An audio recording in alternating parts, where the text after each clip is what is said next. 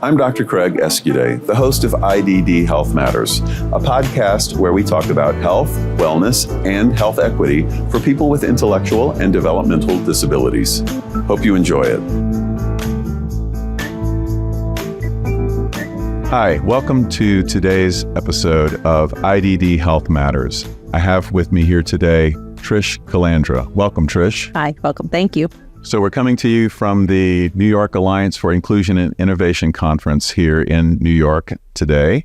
And tell me about your role in this field and with this organization, how you got into this field. Just give us some background. So I have two adult children with disabilities, both have autism. My daughter Jenna is 28 and my son Joey's 31.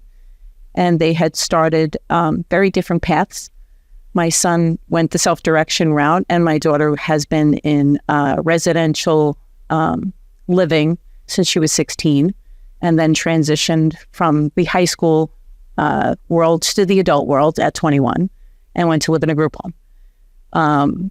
Wasn't the perfect spot for her, so we really switched to then. Yeah, right? Exactly. And I think sometimes, and at no fault of the system, but we saw her being able to do more later, and getting them to understand what our goals were for her was a little difficult.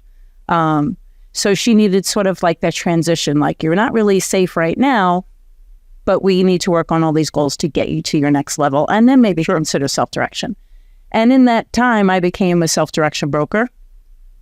Self-direction broker. Yes. Okay, what does that mean? So the state has a wonderful program where people can choose to sort of like a la carte their services instead of your traditional model. So you can buy, your staff. You have control of your staff. So you kind of have a budget. You have a budget, yeah, and you get for how you like. So my guess is that you kind of help people with that? I help people figure that out. All right. I have the life experience now to sort of figure that out as well. And then went into a role of housing navigator as well. And then I sort of threw my name in the hat, never thinking I would be chosen for what we call a Master Housing Navigator. And I represent the Long Island region of the state as a Region 5 Master Housing Navigator. So I help folks understand how they can do non-certified housing. So outside of the traditional rounds, using your self-direction budget or other means to find ways to live independently in the community, because my kids have a wonderful life. They are living together now in a condo and living their best lives. That's fantastic. Yeah, so it was great, and COVID taught us a lot of things. Boy, did it. And one was that I should not sweat the small stuff as much, that they grew a lot in independence, and we used a lot of technology and telehealth services in order to make their living situation work really well. Through COVID, my daughter has an immune system disorder, so we really needed to limit the amount of people coming in. So telehealth for her was a blessing. So it really helped her to see staff, be with staff, and still do what she needed to do more independently. And it was a really good thing. We learned a lot from that. So my role is now to help a lot of folks find a way, and families.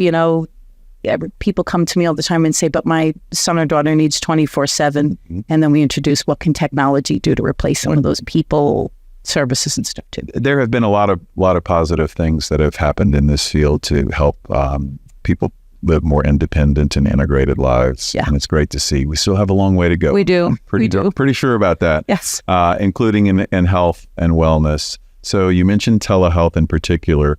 What has been your experience with your children in terms of finding healthcare and healthcare providers that could meet their healthcare needs? It was actually, we were lucky. We had a great doctor, very progressive gentleman. He has since retired, unfortunately, but we were able to even do telehealth visits for my daughter because she really couldn't go into the doctor's office, which also then made us as her family members, who were her first line of defense, really not be able to go to the doctor either. So we did a lot of telehealth, and they were so good when we needed the flu shot. Mm-hmm. They had us pull up in a car, and they sent someone out into the parking lot and did an assessment. One person did an assessment for all of us and then gave us the flu shot outside of the office. Friends for Life Residential Care, specializing in support for individuals with developmental disabilities, offers services like adult day support and home health care. Emphasizing empowerment and quality of life, we live by the motto, "My ability is stronger than my disability." We are currently hiring, welcoming those passionate about making a difference. Learn more and explore career opportunities at friendsforliferc.com.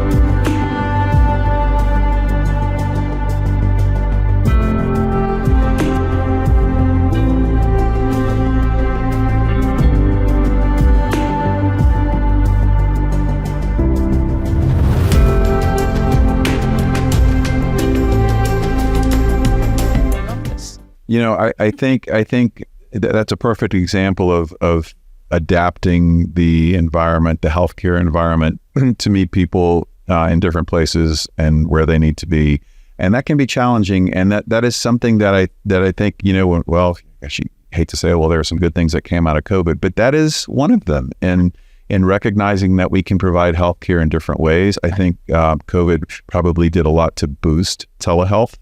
It was already happening, but we really learned how much more we can actually do with telehealth. It doesn't replace everything. No. It doesn't replace all of it, but it's certainly, in my opinion, it is a real benefit, and certainly helps people to have better access to healthcare, which is one of the challenges that, again, many people face, but in particular for people with intellectual and developmental disabilities, it can be challenging to find healthcare providers that will even accept them into their practice. So sounds like we definitely had our good luck, and again, they were very flexible and understood our situation, which was great. Yeah. So you said, you used a term earlier that I wanted to come back to. You said non-certified housing. You help people find non-certified housing. Can you talk about what is certified housing and what is non-certified? Sure. So certified is, traditional agency has group homes, and they're in particular areas that you don't really get the choice of where you live if you're accepted by an agency, except maybe if you go through the process. Non-certified is there's flexibility. You can have a home of your choice in the town you want to live in, maybe where you grew up. Maybe you know everybody. Maybe your medical doctor happens to live in the same town that you want to continue to see that doctor. So you can find a place of your own and go through the process of getting a housing subsidy through the state. And then you live where you want to. That is something that so many of us take for granted, because most of us can live wherever we want to live. And we don't recognize that people with intellectual and developmental disabilities really are just looking to have the same types of opportunities that everybody else has. Sure, just like their brothers and sisters. Not necessarily close to mom or far away from mom. Yeah, you're right about that. I get that too. So again, pluses and minuses to everything, right? Absolutely. But if you grew up somewhere and that's what you're familiar with. I'm working with a family right now through my pilot through the New York Alliance that wants to stay in his family home. So what's the pilot about? And we did a pilot program for 3 years. We're in now year 5 of the grant process. The last 2 have been more educational, but the people that I was working with from the first 3 years, I continue to obviously keep working with. And this one gentleman wants to stay in his town where he grew up, in his family home. So now we're considering the parents actually moving out and finding a place for themselves to go. And he's going to stay in his family home with a roommate or a living caregiver. And again, he walks to where he wants to go. He knows it. It's familiar. He loves the idea that he'll get to stay. So how do his parents feel about that? It's been, again, it's one of those things that we had to look at all the different opportunities and flexibility. And sometimes it's just a parent to get to understand that, we can make changes. What does that look like? And we do long-term planning, sustainable planning to make sure that it happens for everybody. Great. Yeah. So, you know, one of the things I always like to touch on is how this field has so many opportunities for people to work in, work in so many different ways. And, it sounds like your initial experience in the field was with a personal connection due to your family members. But then you found some other opportunities to share what you've learned and your experiences and help other families, because it can be pretty challenging. It's very challenging. I would bet in the beginning it was probably challenging as a parent to even try to figure out, where do you even go for services or support, or what is even out there? Right. And I was one of those parents. I need to read things. So somebody tells me, a lot of the things, unfortunately, within self-direction, which is the program, because it is very individualized, but it's also singular. You're not part of maybe of an agency. So you have to kind of understand what's happening, or you go in not fully understanding what's happening. And then it becomes the game of, can and the can with the string. And I'm always like, well, where does it say this? Like, people just kind of give out their opinions of things. And, so digging in and really finding the reading of everything. I'm giving you more questions. No, this is slightly off topic, but it really does relate to what happens in this world now. You talk about just hearing things or seeing things, and you like to really understand it. Understand it, dig a little bit deeper into this. And I think that's something that's a pitfall of having too much information available sometimes, and the internet, and everybody's opinion is out there. It's easy to just ask the group. And then you hear from one person and their experience, and then for some reason, sometimes we take that as the rule, and this person said this and this and this, so this must be what it is. So it's a great piece of advice to really delve into things, and really go to the sources and go to credible sources. It's great to have other people's experience and opinions, right? But that should, in my view, exactly what worked for me and my family may not work for you and your family. Exactly. But this is my experience, and that's kind of what I bring to the table when I'm working with families, is what my experience is or what others now have. And that's unbelievably valuable. There's no doubt. Sometimes, yes. Well, I'm pretty sure it is most of the time. So one of the things that I like to do on the podcast is I call it 3 and 3. So in 3 minutes, can you tell the audience 3 things that you think that can impact this field that they can do, maybe in their own lives, outside of it being a career, but just whatever you want to talk about? Maybe 3 things that you would say to everyone out there about this field, in terms of health, wellness, support services for people with intellectual and developmental disabilities. Well, obviously, the theme should be, we need to pay more for the people who are supporting our family members. This is not an easy job. It is not. And I think the families need to understand that a little bit more, but they're tired. Everybody's tired. Everything has been a battle since their kid was born. Yeah. And you go through all of these, you go through school and you're getting through school, and that was a battle and what they needed. So that I'm kind of getting a little off topic, but it's the families are tired, and for everyone to understand the families are tired. Yeah, that's actually a great point. People have had to, and I'm going to use the word advocate, but sometimes fight for things for so long, for so many years, and you get tired. Right. And it becomes a culture, unfortunately, of us against them, which that needs to change. Thank you for actually saying that, because sometimes, I've been on the other end of that, where people actually come in with a fighting mindset and a fighting attitude from the beginning, which can really make it challenging to build a good relationship with, say, a healthcare provider. And I'm getting off topic, so you still have you have other things you can talk about, your other things as well too. But yeah, so it's important for both sides to understand both sides, right? I wish we could change that culture somehow. And well, we are right now. Yeah, I hope so. Talking about I hope so. Because, and again, I say the people at the top who are making the decisions from the state, they're getting battered up from every angle too. So they're coming at it from like, well, what do they want now, right? Right. So I think if we could change that somehow, just make it more positive. All right. So changing the culture. Getting to yes. How do we get to yes? And a yes, a win-win. Right.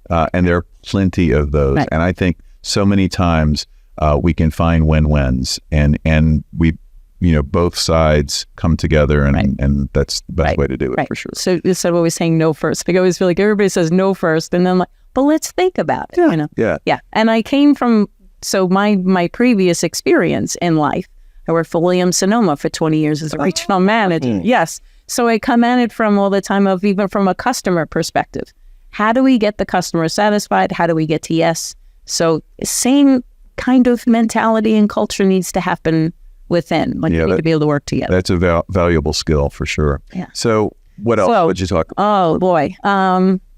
Flexibility. Okay. Everybody needs to, and dignity of risk. Talk about that. Dignity of risk is so missing, but it's, again, that culture of protectiveness that parents come from as well. And I'm always telling families, you really have to give them a chance. You're going to be surprised that if you give them the ability to take a risk and make a mistake, they're going to learn from it, or they're actually going to thrive from, those things. So, give them the ability to learn and do. And I think sometimes also the culture of, you're in the business of protecting people with disabilities, and sometimes it's a little over the top how we protect. That speaks so much to person-centered services and supports, and understanding that. And you're right, we have relied too heavily on what we, meaning people who work in the field, think is best for people, and telling them what to do and what not to do, and how do we protect them from this and protect them from that, and give them this and give them that. And we don't often, or haven't often enough, talked about, well, what might this person want for their own lives? What might be important to them? Maybe they don't want to have to wake up at 7 o'clock every morning, have breakfast at 7:30, and then move to this room for these activities on this time. I don't want to do that. Exactly. I want some flexibility. Exactly. So it's incorporating, what's important to and what's important for, and balancing those two things. And part of that is allowing someone to take a risk and fail. Right. If it's not life or limb threatening, and so this didn't work, and they wanted to, work in a particular job. Let's see if we can do it, make it happen. Right. It may work, it may not. To the independent living too. And they might fail. Right. That's an important life skill, is how to get through failures. Right. And then sometimes people say to me, they can't do that. And I'm like, well, how would you know? Because you're so busy always doing it for them. Exactly. So, my son included, he's somebody, if I walk into the room, he actually will sit down and be like, I want this or I want that. And I'm like, what would you do if I wasn't here? You would go get it. So I'm not going to get it for you. Good job. I like that. And that's a lesson for everyone. Everybody. What do they call it? Helicopter parents or whatever? We got we have helicopter staff. We have helicopter parents. That's right. Well, helicopter system. Yeah. Well, Trish, this has been wonderful talking with you. Is there anything else you want to make sure people know? That if you're thinking of independent living and you're thinking of planning, it's a marathon. It's not a sprint. There's no reason to wake up one day and just say, this is the day. Do all the planning as early as you possibly can to start building independence, and you can start that anytime in your own home. Great advice. Yeah. Plan ahead. Plan for the future. Plan for the future. Wonderful advice. Trish, thank you so much for being a part of the podcast. Thank you for what you do in this field. Thank you.